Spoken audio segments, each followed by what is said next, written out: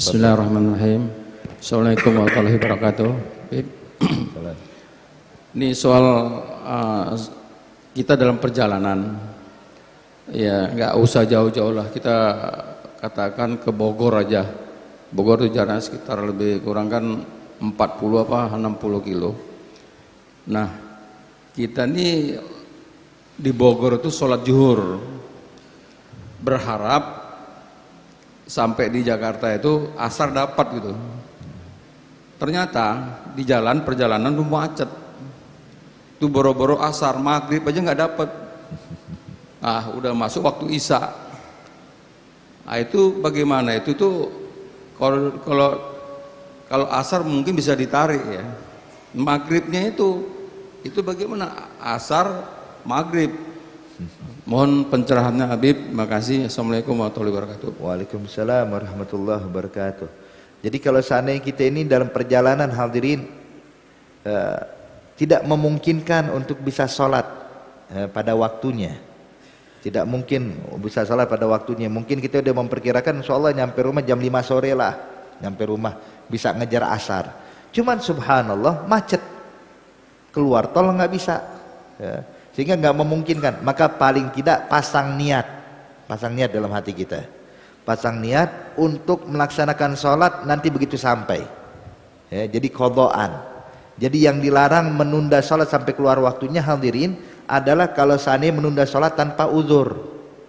Tapi ini uzur, maka kalau dengan uzur gugurlah daripada dosanya itu, cuman tetap wajib dilaksanakan. Artinya nanti begitu sampai langsung jangan ditunda, langsung sholat. Qadha tuh sholat asar, kemudian juga maghribnya.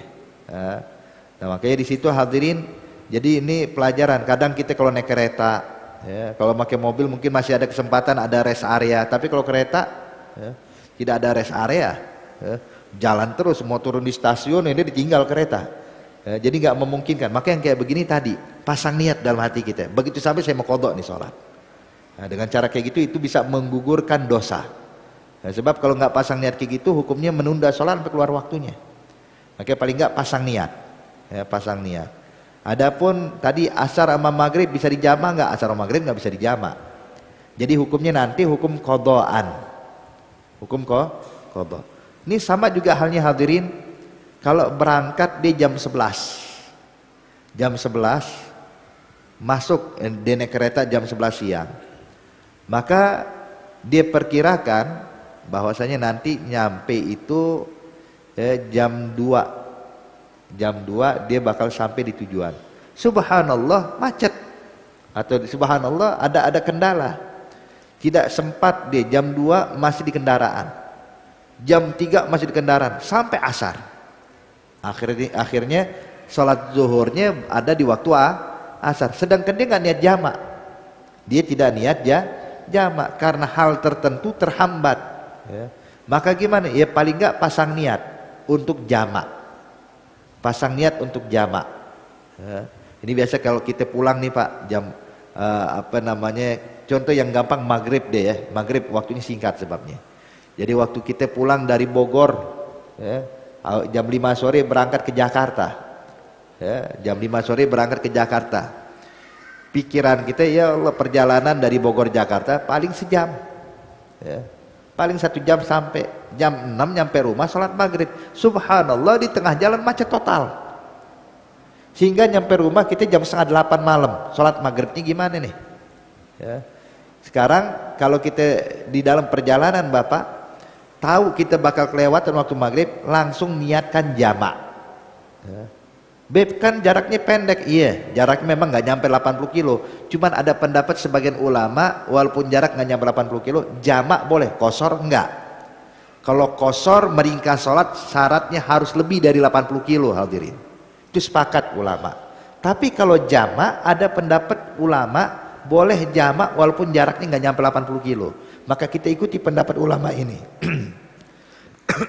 Niat jamak walaupun nanti sampai di rumah kita harus ulangi lagi sholat maghrib dan isya tersebut, tapi hukumnya tidak mendapatkan dosa. Sebab syaratnya jamak safar itu hadirin, syaratnya jamak itu selagi di dalam perjalanan. Tapi kita sholat maghribnya di rumah nih, kan udah selesai tuh, syaratnya hilang, gugur syaratnya. Maka paling enggak niat jamak kita bisa menggugurkan dosa.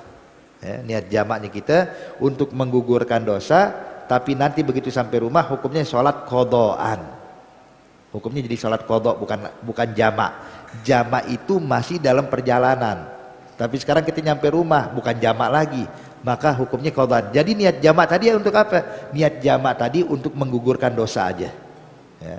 Jadi makanya di situ jalan keluarnya kalau kita dalam perjalanan nggak memungkinkan sholat, langsung niat jamak. Langsung niat jamak aja. Saya niat jamak, menjamak maghrib di waktu isya. Ya. Kalau dapetin ya alhamdulillah nyampe rumah waktu maghrib kita sholat maghrib. Kalau datang ke rumah udah waktu isya, maka maghrib kita yang tadi tuh dihukum qadhaan. Isyanya adaan, maghrib namanya qadhaan. Jelas insyaallah. Satu lagi ya Luka. Sekarang perjalanan jalan tol. Kita sebenarnya belum tahu ilmunya lah. Terus mobil tuh rest area nggak ada, kebetulan nggak ada rest area. Kita masuk waktu sholat, arah mobil kita kan nggak ke kiblat. Itu bagaimana, Bib? Kita sholat itu, Bib? Nah, ini perlu kita luruskan sedikit hadirin. Jadi sholat yang boleh tidak menghadap ke arah kiblat itu dua macam sholat. Dua keadaan boleh meninggalkan arah kiblat. Yang pertama adalah sholat sunnah ya, di dalam perjalanan, ya, sholat sunnah di dalam perjalanan dan dia di atas kendaraan. Ya, sholat sunnah dalam perjalanan dan dia di atas kendaraan. Kayak tadi kasusnya lagi naik mobil. Ya. Boleh nggak sholat nggak menghadap kiblat? Boleh, cuman sholatnya sholat sunnah, bukan sholat fardu. Kalau sholat fardu wajib menghadap ke arah kiblat, ya, dan harus dilakukan pada posisi yang sempurna, berdiri bagi yang mampu, ya, ruku dan sujud harus sempurna dan lain-lainnya. Jadi kalau sholat fardu harus dilakukan secara sempurna dan menghadap ke arah kiblat.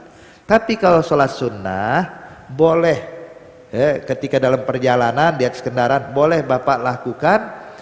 Selagi itu sholat cuman sholat sunnah dan menghadap ke arah depan.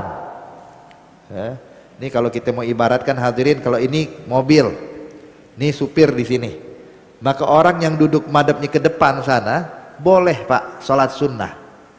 Jelas ya. Lalu bagaimana Beb kalau sekarang nih jalannya pakai mikrolet? Mikrolet tuh bagian depan oke begini, cuman kanan kiri kan madhabnya samping-sampingan begini, ya. Nggak menghadap ke arah depan hadirin. Ya, gimana sekarang yang menghadap kemari? Sedangkan mobil arahnya ke sana, tapi dia menghadap kemari atau menghadap kemari.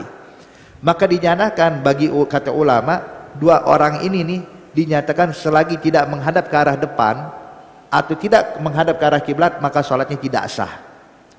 Jadi sahnya dalam perjalanan itu sholat sunnah kalau dia menghadap ke arah kiblat atau menghadap ke arah depan. Jelas. Sama juga dengan kereta. Kita naik kereta hadirin, mungkin kalau keretanya ekonomi, dulu kita ingat kereta ekonomi itu duduknya ada pada depan. Kereta jalan ke sana, datang dia yang madhabnya ke depan tuh sah pak sholat sunnah. Sholat sunnah apapun sah dia. Tapi yang menghadap membelakangi arah jalan, nih jalannya ke sana, dia duduknya seperti saya nih, maka saya kalau sholat sunnah tidak sah. Jadi kalau saya mau sholat sunnah, mesti tukaran dulu pak, tukaran sebentar, saya mau sholat sunnah. Jadi madhabnya ke arah depan. Jelas ya. Jadi akiblatu ila jihad safarihi. Kiblatnya dia itu arah jalan dia kemana.